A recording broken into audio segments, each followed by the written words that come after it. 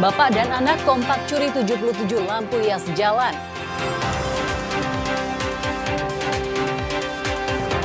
Banjir rendam permukiman, sekolah diliburkan.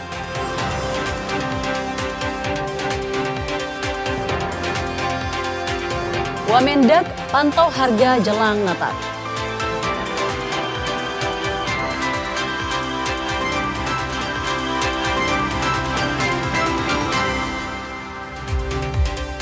Halo saudara, apa kabar Anda hari ini? Kompas Jatim kembali hadir di hadapan Anda. Selain 3 informasi utama tadi, tim redaksi kami telah menyiapkan sejumlah informasi penting dan inspiratif lainnya untuk Anda. Bersama saya Virgianti Kusuma, kita jalan Kompas Jatim di Kompas TV independen terpercaya.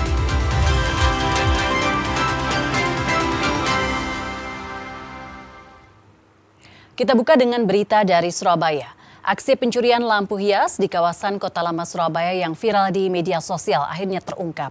Polisi menangkap 2 pelaku yang merupakan bapak dan anak.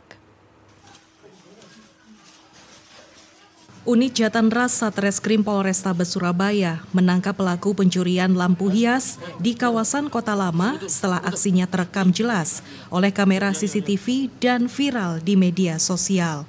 Dalam video yang beredar, terlihat pelaku mengambil lampu pada salah satu titik Kota Lama. Polisi menggerebek tempat tinggal pelaku saat pelaku sedang istirahat. Keduanya ditangkap lalu dibawa ke Mapolrestabes Kota Surabaya dengan tangan terikat kabel tis menjalani pemeriksaan. Para pelaku mengaku mencuri lampu akibat masalah pekerjaan parkir yang tak disertai setoran. Sementara itu, Wakasat Reskrim Polrestabes Surabaya AKP Aji Prabowo menjelaskan kedua pelaku warga Jalan Nyamplungan, Panggung, Surabaya. Pelaku MO mulanya melakukan aksi sorang diri pada 27 Juni 2025 dengan menarik lampu hias milik Pemkot Surabaya. Aksinya terekam CCTV saat menggunakan kaos biru dan motor Honda PCX putih. Aksi ini terus diulang selama 3 hari berturut-turut dan dijual ke penadah dengan cara dibongkar bingkai lampu hias tersebut. Jadi tidak dijual jadi satu itu tidak. Bisa-bisa berarti? Iya. Untuk itu sendiri atau? Iya, betul. Seperti itu. Berapa nih? Ya.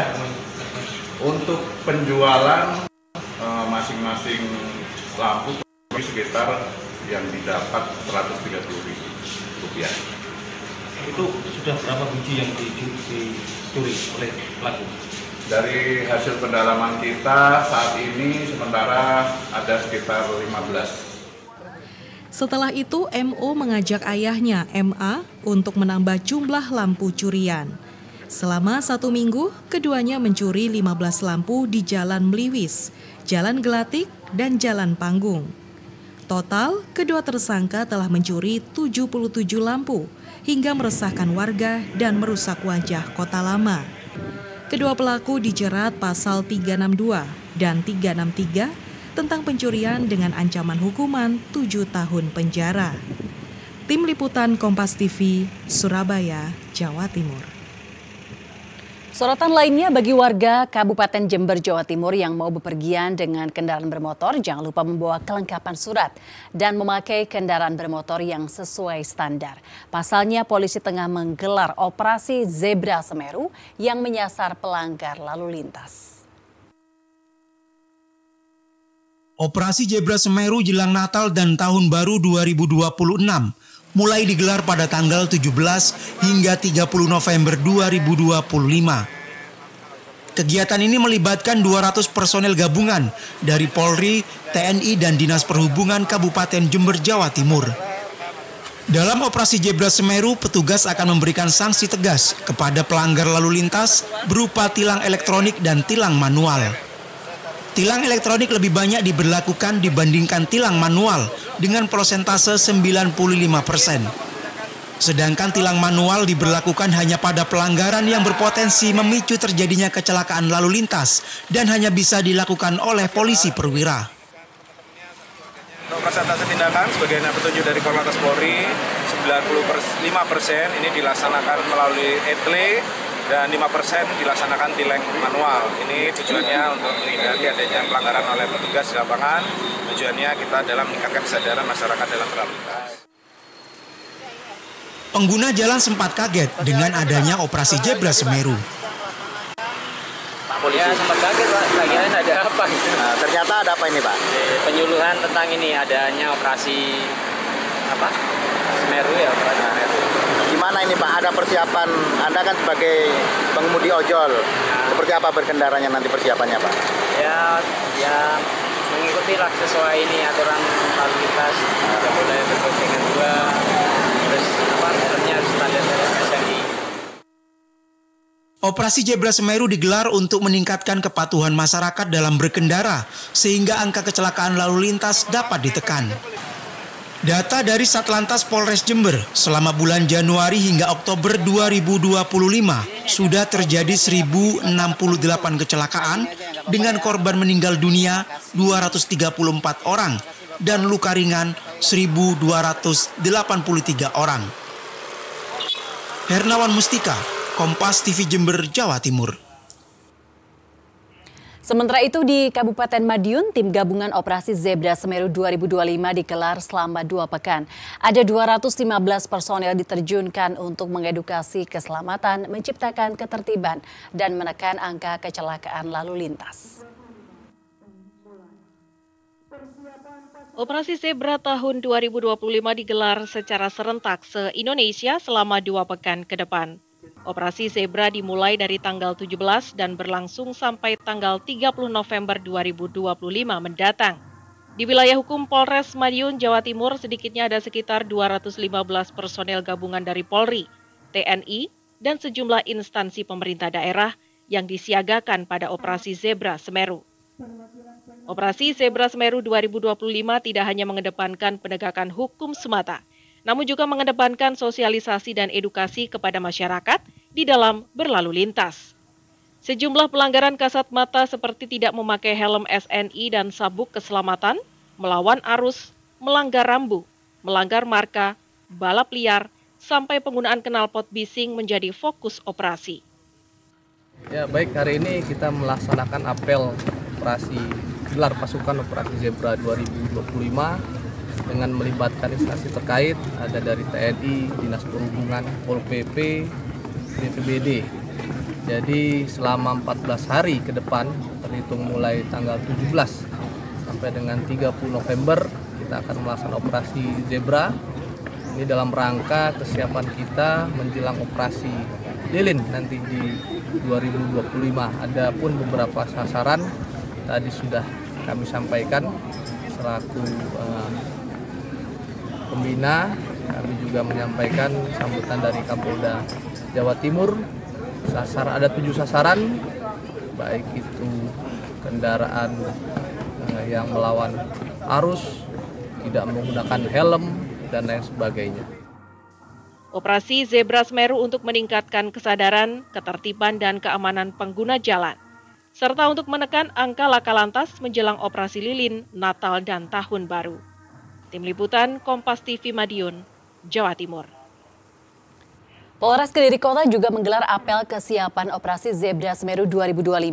Operasi ini digelar untuk mengurangi pelanggaran dan menekan angka kecelakaan lalu lintas.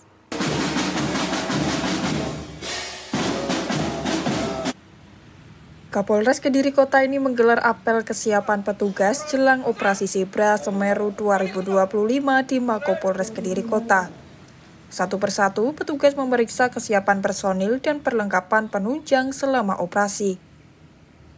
Ratusan pasukan gabungan diterjunkan dalam apel Operasi Zebra Semeru 2025. Petugas gabungan itu mulai dari TNI, Dishub, dan Satpol PP. Petugas menggelar Operasi Zebra Semeru 2025 untuk mengurangi pelanggaran dan menekan angka kecelakaan lalu lintas. Petugas akan memfokuskan ketertiban masyarakat dalam berkendara di jalan. Sehingga dengan begitu, dapat tercipta kondisi lalu lintas yang tertib dan aman. Operasi Zebra Semeru akan digelar selama 14 hari, mulai tanggal 17 hingga 30 November 2025. Tujuannya adalah untuk ini kita yang pertama dalam rangka persiapan menjelang operasi lilin. Operasi lilin itu kan Natal Tahun Baru nanti. kita cipta kondisi menjelang operasi lilin. Yang kedua adalah untuk mengurangi pelanggaran lalu lintas dan tingkat fatalitas kecelakaan lalu lintas. Prioritas penindakan pelanggarannya apa? Ada 7, kita berfokus kepada pelanggaran yang berpotensi menyebabkan kecelakaan. Tadi udah baca itu, nanti detailnya banyak. Saya perintahkan kepada seluruh anggota bahwa semua harus bertanggung jawab dan ikut mensukseskan operasi ini, baik di tingkat Polres maupun Polsek. Sementara itu, petugas akan terus melakukan pemantauan dan evaluasi selama berjalannya Operasi Zebra Semeru 2025. Tim Liputan Kompas TV, Kediri, Jawa Timur. Masih dari Kediri, intensitas curah hujan yang tinggi menyebabkan air sungai meluap hingga ke permukiman warga Kabupaten Kediri. Total ada 25 rumah milik warga yang terendam banjir. Warga Desa Manyaran, Kecamatan Banyakan, Kediri ini berusaha menyelamatkan barang berharga milik mereka setelah Desa Manyaran dilanda banjir. Menurut warga, banjir terjadi setelah wilayah Kediri diguyur hujan selama 3 jam lebih. Hal itu membuat air sungai Bendok Kroso meluap hingga ke permukiman warga. Ketinggian air banjir bervariasi mulai 1,5 meter hingga 1 meter. Sementara itu, menurut petugas BPBD Kabupaten Kediri, total ada 25 rumah milik warga terendam banjir. Kini petugas BPBD Kabupaten Kediri terus melakukan pendataan ke dusun sebelah yang juga terdampak banjir. Awalnya sebelum banjir ini seperti apa Pak? Hujan deras atau seperti apa? Hujan deras, angin. Terus sekitar berapa jam Pak hujannya? Ya sekitar 2 jam. Terus? Terus akhirnya kan banjirnya kontan ini. Berarti kalau kontan itu kan jebolnya tangki sekali besar. Terus meluap ke utara. Kalau enggak kontan, biasanya cuma air dari sawah kan enggak sampai begini. Ini sempat masuk ke rumah-rumah juga? Masuk ke rumah. Ketinggian sampai berapa Pak di dalam rumah? Kurang lebih ya 1 meter. Yang terdampak di RT 2 RW 1 ini ada 14 rumah dan RT 3 RW 1 itu ada 11 rumah. Ini tadi informasi dari Pak RW setempat. Ketinggian air sampai berapa? Untuk ketinggian bervariasi Pak. Jadi ada yang di atas mata kaki sampai di atas lutut ada. Jadi kalau papan yang lebih rendah otomatis lebih tinggi. Saudara, pihak sekolah Dharma Wanita di Kediri terpaksa meniadakan kegiatan belajar mengajar siswanya. Para siswa terpaksa diliburkan setelah sekolahnya terdampak banjir.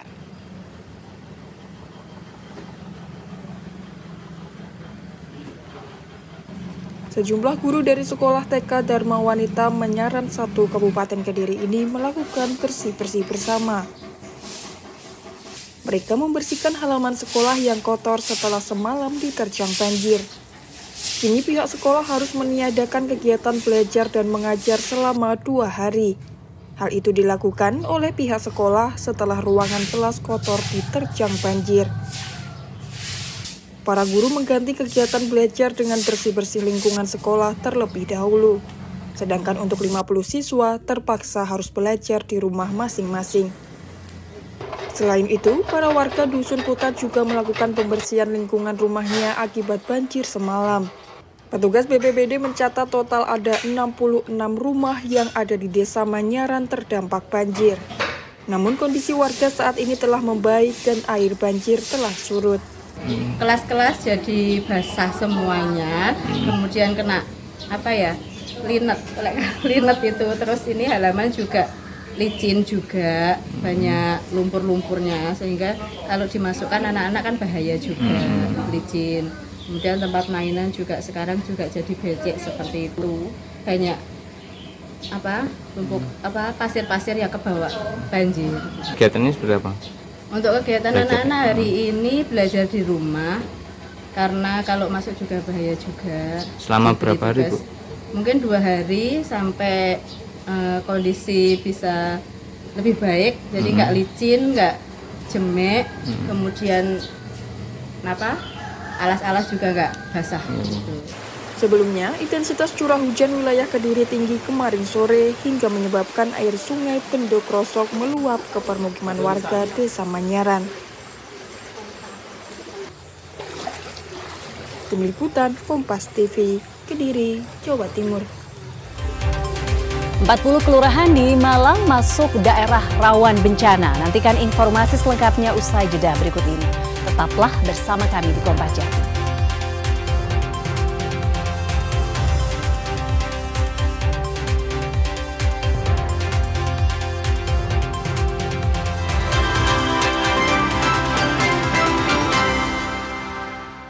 Menteri Haji dan Umroh Muhammad Irfan Yusuf memastikan jumlah kuota haji nasional tahun 2026 berdasarkan antrean tahun pendaftaran.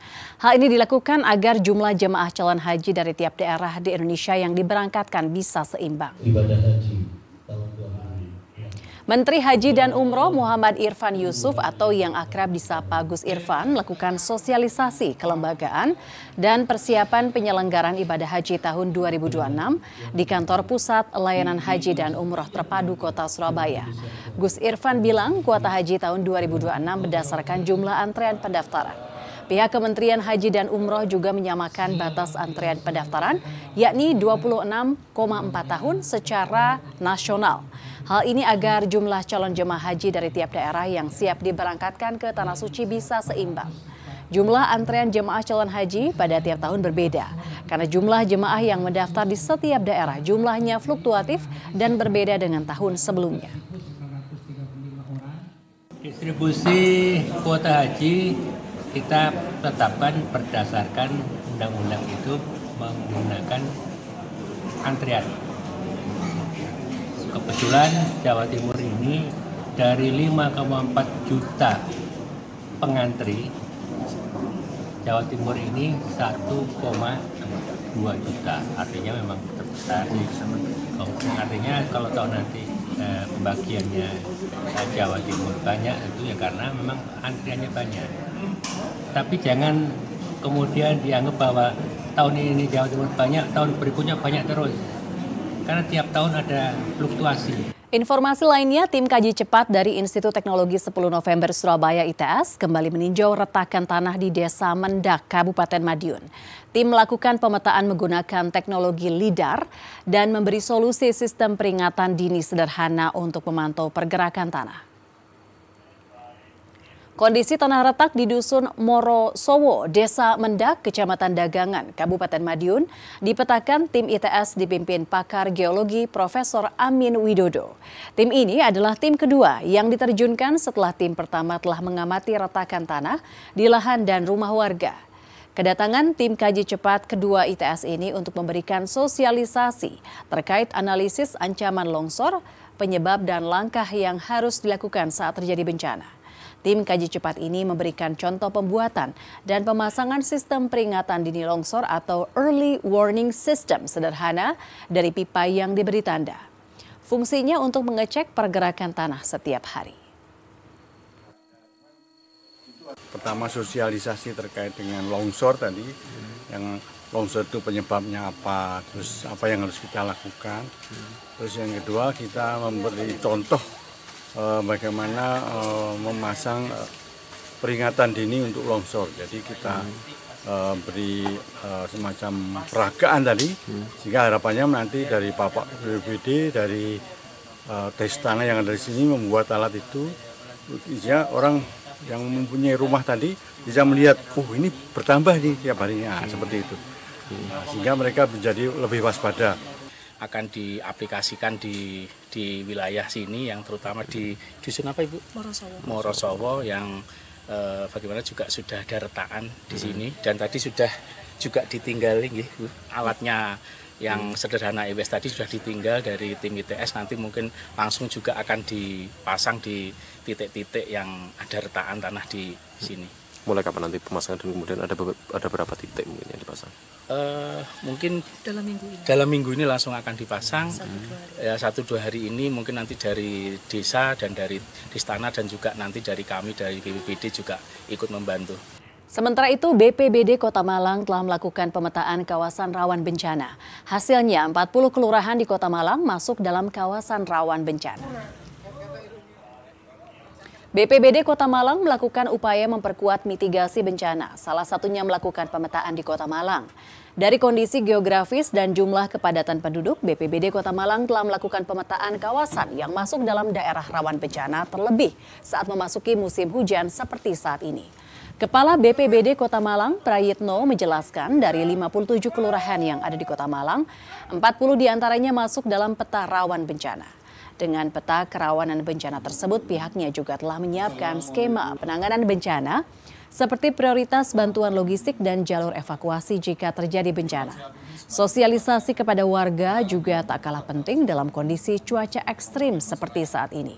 Di musim hujan seperti saat ini bahkan cenderung ke cuaca ekstrim, bencana banjir dan tanah longsor menjadi bencana yang perlu diwaspadai. Tindak lanjutnya di 40 itu telah kami lakukan sekarang itu pencacahan penghitungan jumlah penduduk yang tinggal di area rawan bencana. Sehingga dengan pencacahan warga itu kami bisa memetakan kemungkinan potensi yang terjadi di wilayah tersebut, sehingga kita bisa mengalokasikan logistik, mengalokasikan kebutuhan dasar jika di area itu benar-benar datang. Pemkot Malang membagikan 3.000 lebih bibit pohon pada seluruh kelurahan di Kota Malang untuk ditanam. Bibit pohon ini sebagai upaya untuk perbaikan iklim serta penghijauan. Pembagian bibit pohon ini dilakukan saat apel pagi di halaman Balai Kota Malang Senin pagi. Secara simbolis, bibit pohon seperti kelengkeng, durian, hingga sukun dibagikan kepada perwakilan lurah oleh Sekda Kota Malang. PLH Kepala Dinas Lingkungan Hidup Kota Malang Raymond menjelaskan bahwa setiap kelurahan mendapatkan 56 bibit, sehingga total ada 3.192 bibit pohon yang disebar di Kota Malang. Setelah berada di kelurahan, bibit pohon ini nantinya akan ditanam di sejumlah lokasi dengan melibatkan masyarakat. Untuk jenis pohon yang diberikan adalah pohon yang berbuah. Hal ini dilakukan agar nantinya pohon yang ditanam dan dirawat dengan baik bisa memberikan manfaat kepada masyarakat. Selain sebagai penghijauan, masyarakat juga bisa mengambil manfaat dari buahnya. Masing-masing kelurahan mendapatkan 56 bibit. 56 bibit itu mulai dari buni, juwet, kelengkeng, mangga, belimbing, menteng, genitri, matoa, sukun, durian, tanjung, jakaranda, dan bungur. Diharapkan dari Pak Lurah atau Bu Lurah nanti bisa menitipkan bibit ini kepada warga yang ditunjuk dengan harapan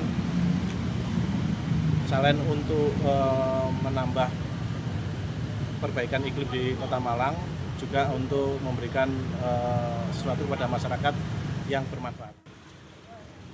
Selain pohon buah, DLH juga siap memberikan pohon tegakan jika memang dibutuhkan oleh pihak kelurahan.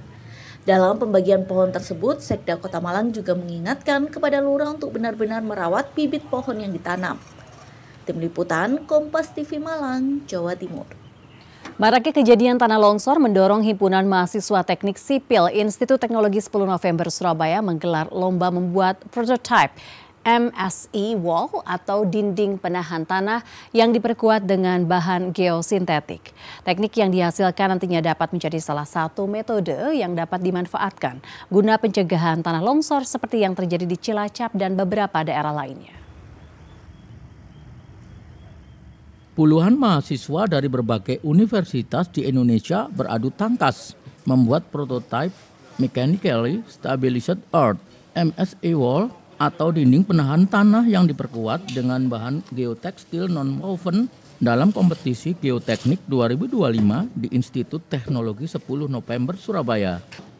Kompetisi yang didukung oleh Himpunan Ahli Teknik Tanah Indonesia, HATI, dan PT Teknindo Geosistem Unggul ini mewajibkan tiap tim menyusun taktik dan kemampuan merancang bangun dinding penahan dengan stabil menggunakan penahan tanah dari bahan geotekstil seperti plastik.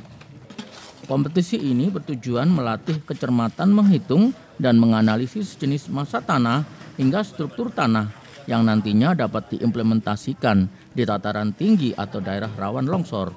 dan mencegah atau meminimalisir terjadinya bencana alam tanah longsor seperti yang terjadi di Cilacap, Jawa Tengah. Menggunakan material spoonboard berupa kain spoonboard yang berarti di lapangan menyerupai biotekstil seperti itu yang memang banyak digunakan untuk menyelesaikan permasalahan kelongsoran atau untuk meningkatkan stabilitas dari lereng itu sendiri. Jadi di sini mereka juga bisa belajar atau mendapat insight atau gambaran terkait bagaimana nanti penerapannya di lapangan dalam rangka menanggulangi masalah kelongsoran tersebut. Nantinya rancangan penahan tanah ini diharuskan dapat menahan bobot tanah seberat 32,5 kg dikali 2 atau lebih dari 60 kg untuk mengukur ketahanan dan kekuatan struktur penahan. Itu nanti dirancang untuk dapat menahan bobot berapa kilogram? Untuk beban rencananya ada di 32,5 kg. Bulan menggunakan geotekstil apa untuk lereng sendiri? Untuk lereng sendiri geotekstil bisa memperkuat lereng, terus juga dia sebenarnya juga bisa untuk sebagai filtrasi, separator dan lain-lain. Kompetisi ini rutin diselenggarakan pihak kampus guna memberikan wadah kreatif mahasiswa dalam berinovasi dan juga mengimplementasikan keilmuan yang didapatkan selama mengikuti studi perkuliahan di kampus masing-masing. Alfian Rahman, Kompas TV Surabaya, Jawa Timur. Wamendak pantau harga jelang Nataru. Nantikan informasi selengkapnya usai jeda berikut. Tetaplah bersama kami.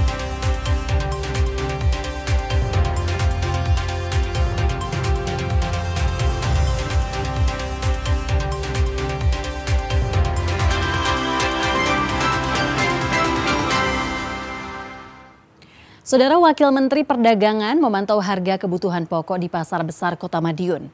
Pemantauan ini untuk memastikan harga dan stok kebutuhan pokok di pasaran stabil dan aman menjelang Natal dan Tahun Baru. Wakil Menteri Perdagangan Diah Roro Esti Widya Putri memantau sejumlah kebutuhan pokok di Pasar Besar Kota Madiun, Jawa Timur, Senin pagi. Pemantauan ini untuk memastikan harga dan stok kebutuhan pokok di pasaran aman dan tersedia menjelang perayaan Natal dan Tahun Baru.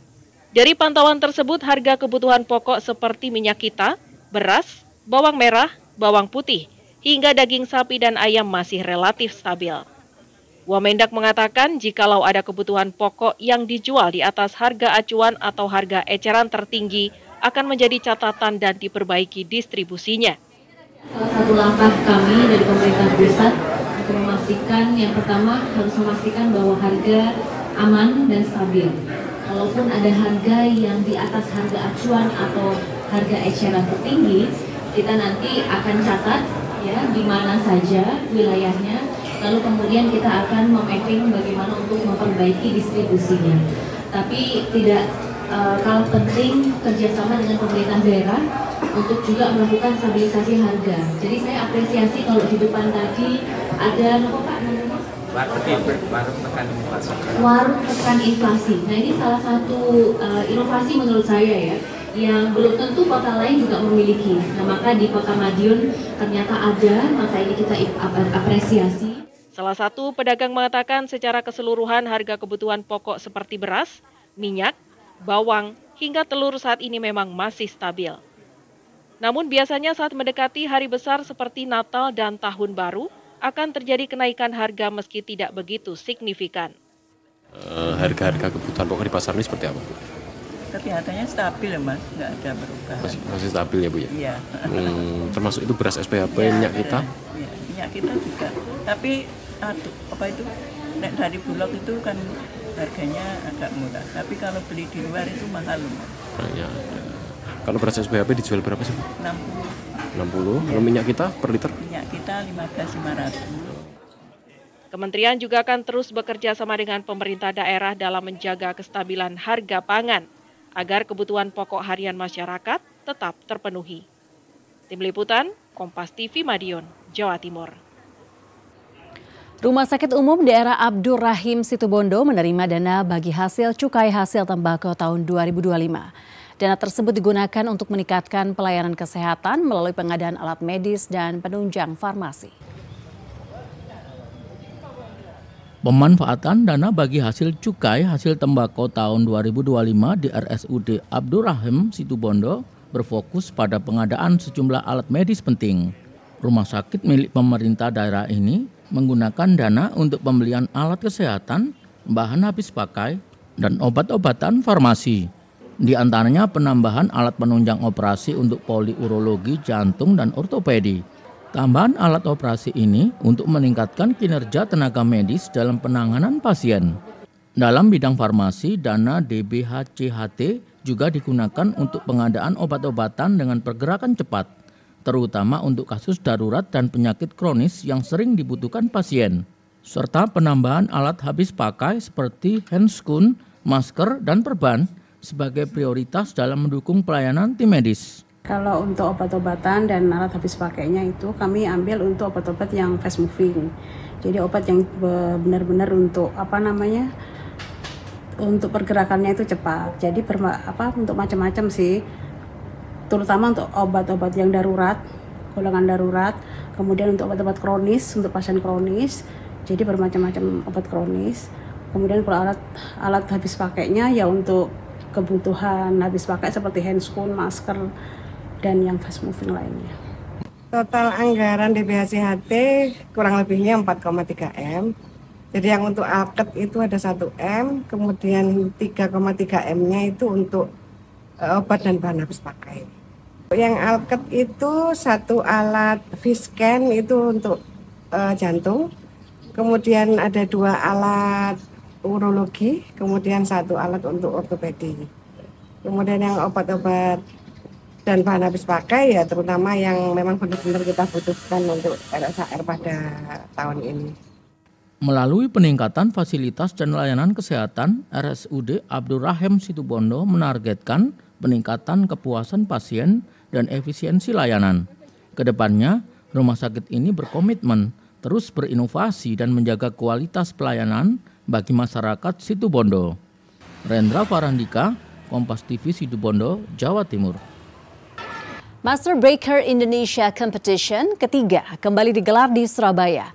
Kompetisi yang didukung Kementerian Ekonomi Kreatif Republik Indonesia ini menjadi ajang menjaring generasi muda, khususnya pelajar SMK dan SMA berkreasi membuat baking atau kue bercita rasa Nusantara.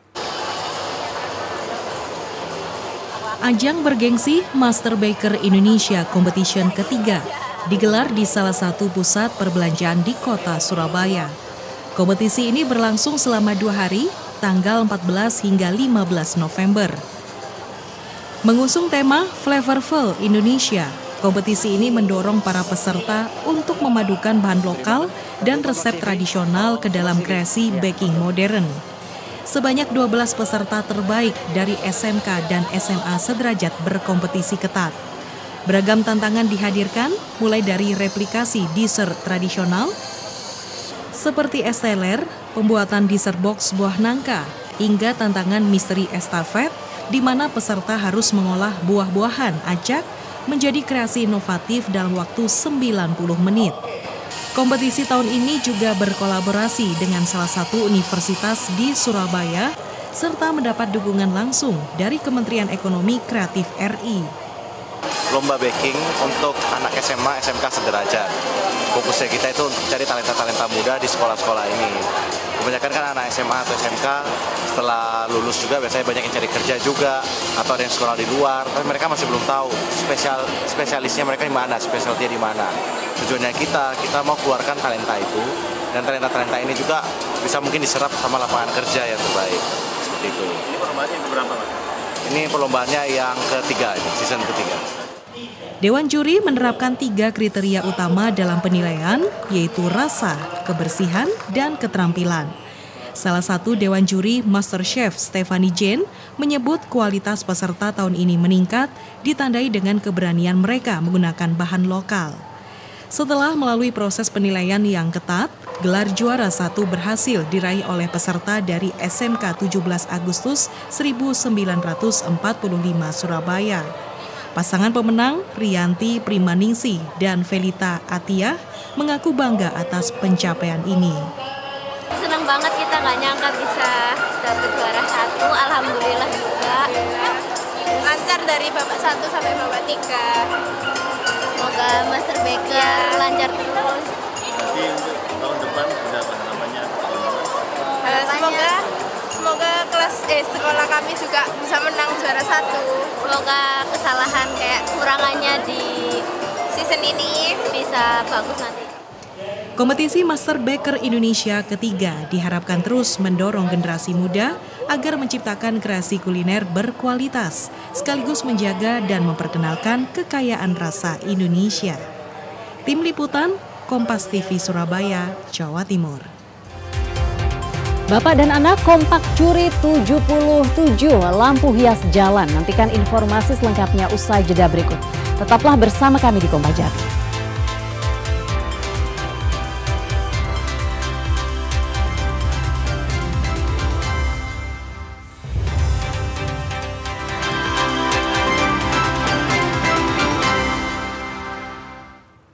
Aksi pencurian lampu hias di kawasan Kota Lama Surabaya yang viral di media sosial akhirnya terungkap. Polisi menangkap 2 pelaku yang merupakan bapak dan anak. Unit Jatanras Satreskrim Polrestabes Surabaya menangkap pelaku pencurian lampu hias di kawasan Kota Lama setelah aksinya terekam jelas oleh kamera CCTV dan viral di media sosial. Dalam video yang beredar, terlihat pelaku mengambil lampu pada salah satu titik Kota Lama. Polisi menggerebek tempat tinggal pelaku saat pelaku sedang istirahat. Keduanya ditangkap lalu dibawa ke Mapolrestabes Kota Surabaya dengan tangan terikat kabel tis menjalani pemeriksaan.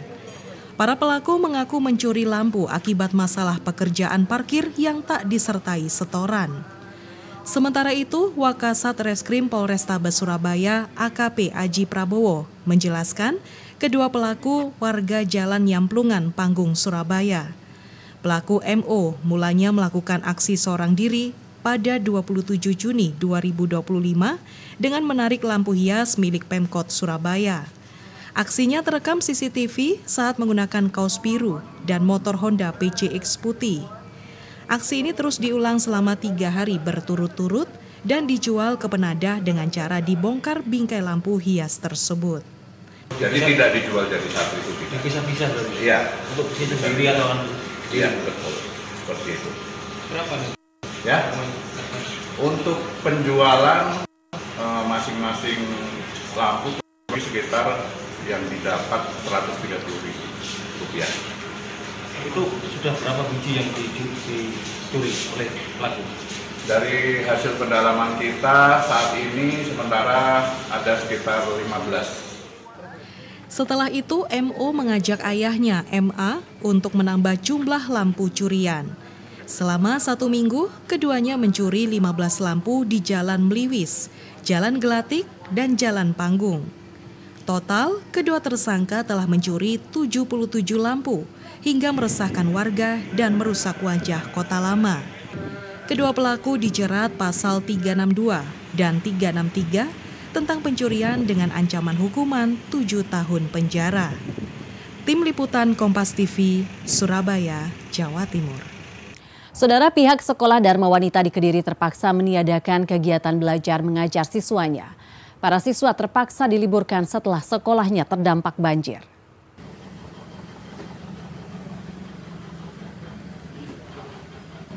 Sejumlah guru dari sekolah TK Dharma Wanita Menyaran 1 Kabupaten Kediri ini melakukan bersih-bersih bersama.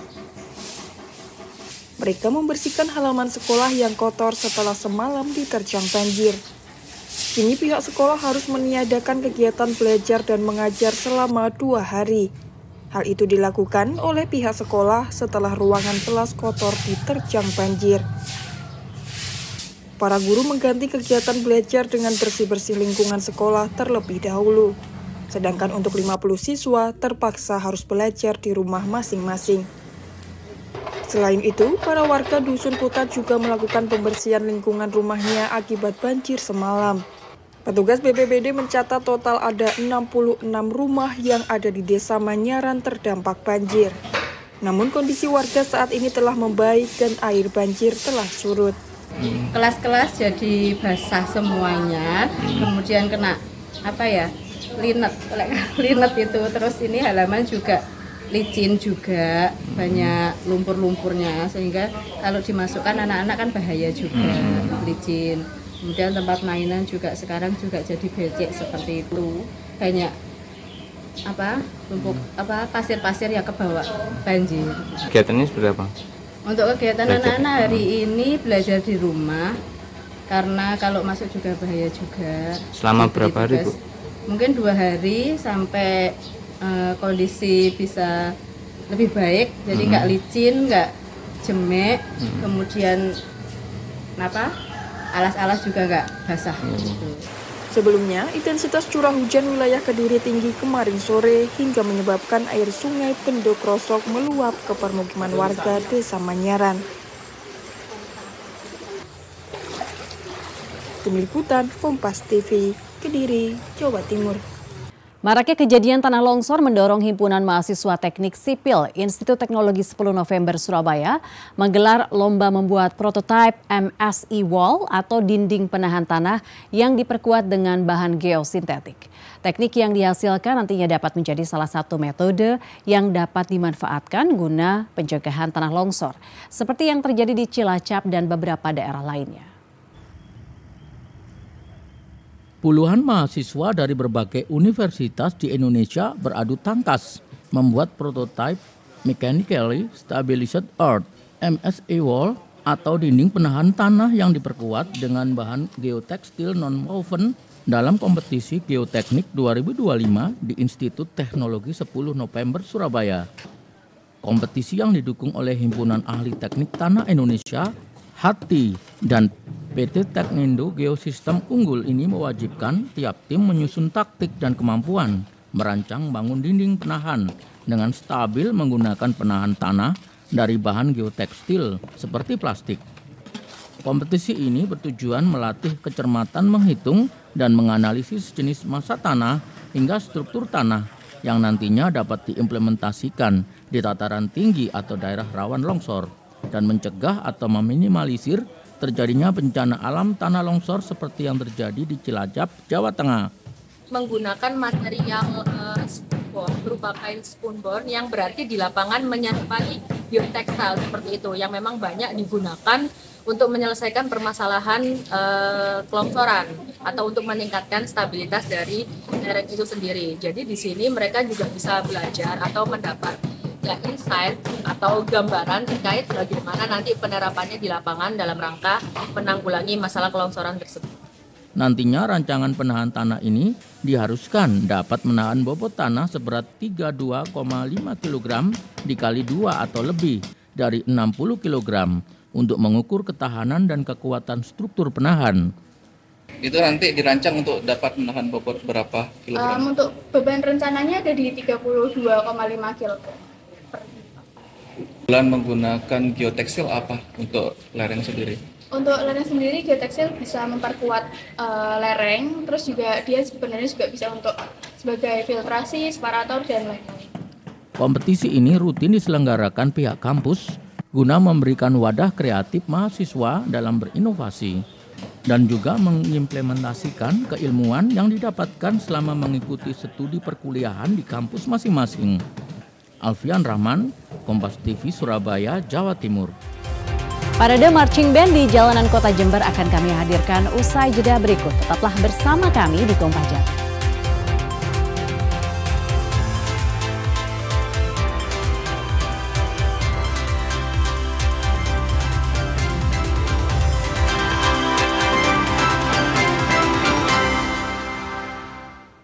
Sebanyak 43 peserta marching band unjuk kebolehan dan tampil memukau di ajang Night Street Parade Jember Marching Carnival 2025 di panggung jalanan kota Jember. Tak hanya memunculkan atlet berprestasi, juga sebagai sarana tingkatkan daya tarik pariwisata dan perekonomian. Dan informasi ini sekaligus menutup jumpa kita di Kompas Jatim hari ini. Jangan lupa saudara untuk menyaksikan live streaming kami di kompas.tv dan channel YouTube Kompas TV Jawa Timur. Kompas TV independen terpercaya. Saya Virgianti Kusuma, sampai jumpa. Jember Marching Carnival 2025 digelar di jalanan kota Jember, Jawa Timur pada Sabtu malam. Acara ini dibuka dengan penampilan marching band dari Filipina dan Jember. Lalu dilanjutkan dengan penampilan marching band dari sejumlah daerah seperti Malang, Surabaya, dan Jakarta. Total ada 43 marching band yang tampil. Mereka berjalan di jalan raya sepanjang 2 km dengan memainkan alat musik marching band seperti perkusi, drum, trompet, dan pianika.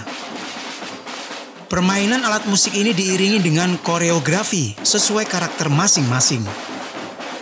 Harmoni musikalisasi, kerapian barisan, keindahan kostum, dan aransemen musik mampu menghipnotis penonton. Night Street Parade dikarenakan kenapa kita malam hari satu kita ingin glamor dengan lampu-lampu, juga memberikan kepada para peserta supaya berkreasi. Apabila siang hari kasihan kan, baju-baju kusam, mereka akan bingung kalau ini akan tertutupi oleh sinar-sinar lampu. Peserta Jember Marching Carnival mengaku senang bisa tampil di jalanan kota Jember karena disaksikan oleh ribuan penonton. Senang ya, yang pastinya malam itu bikin nggak panas. Kalau siang kan panas ya. Jadi kalau malam itu rasanya lebih adem, meski agak ngantuk nggak apa-apa. Ini pakai busana apa ini? Kultur mana ini? Ini dari Melayu, khas Melayu. Karnaval Marching Band digelar untuk meningkatkan kunjungan wisatawan di Kabupaten Jember yang dikenal sebagai kota karnaval dengan ikon Jember Fashion Carnival. Salah satu pendongkrak ekonomi di Kabupaten Jember adalah terkait masalah jasa dan ada event. Nah, maka strategi kita di tahun 2025 alhamdulillah sudah mulai berhasil. Event-event kecil kita tiadakan, kita ganti menjadi satu event besar, sehingga terasa dampaknya termasuk kepada perekonomian. Selain karnaval marching band, juga digelar kejuaraan marching band dengan kategori drum battle dan brass battle. Warnawan Mustika, Kompas TV Jember, Jawa Timur.